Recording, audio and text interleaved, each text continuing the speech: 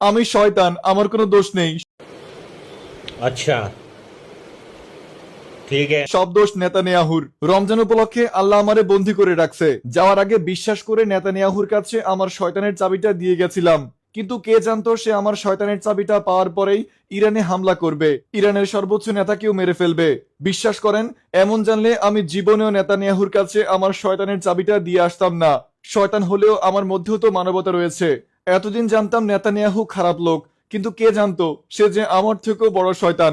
মানুষ হয়েও এত বড় শয়তানি করা যায়, তা নেতানিয়াহুকে না দেখলে আমি কখনোই বুঝতাম না। ভাবছি এই 30 রোজার পর কোনো মতে বের হলেই নেতানিয়াহুর কাছে একটা শয়তানি কোর্স করব। सब क्या देखना पड़ रहा है। अच्छा है मैं अंधा हूँ। দেখি তার কাছ থেকে কোনো প্রো লেভেলের শয়তানি শিখতে পারি কিনা। আপনারা আমার জন্য বদদোয়া করবেন এবং এই চ্যানেলের সাথে থাকবেন। রিপোর্টার ইবলিস হোসেন শয়তান ফ্রম